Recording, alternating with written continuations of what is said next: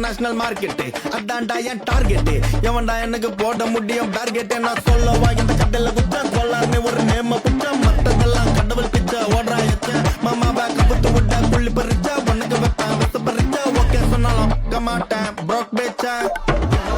என்ன பண்ணா உனக்கு என்ன கண்டா பிரச்சனை என்ன பண்ணா உனக்கு மூணு போட்டா கலா பண்ண I keep my good times rolling துளுக்கு சாம்பாகி நீ என்ன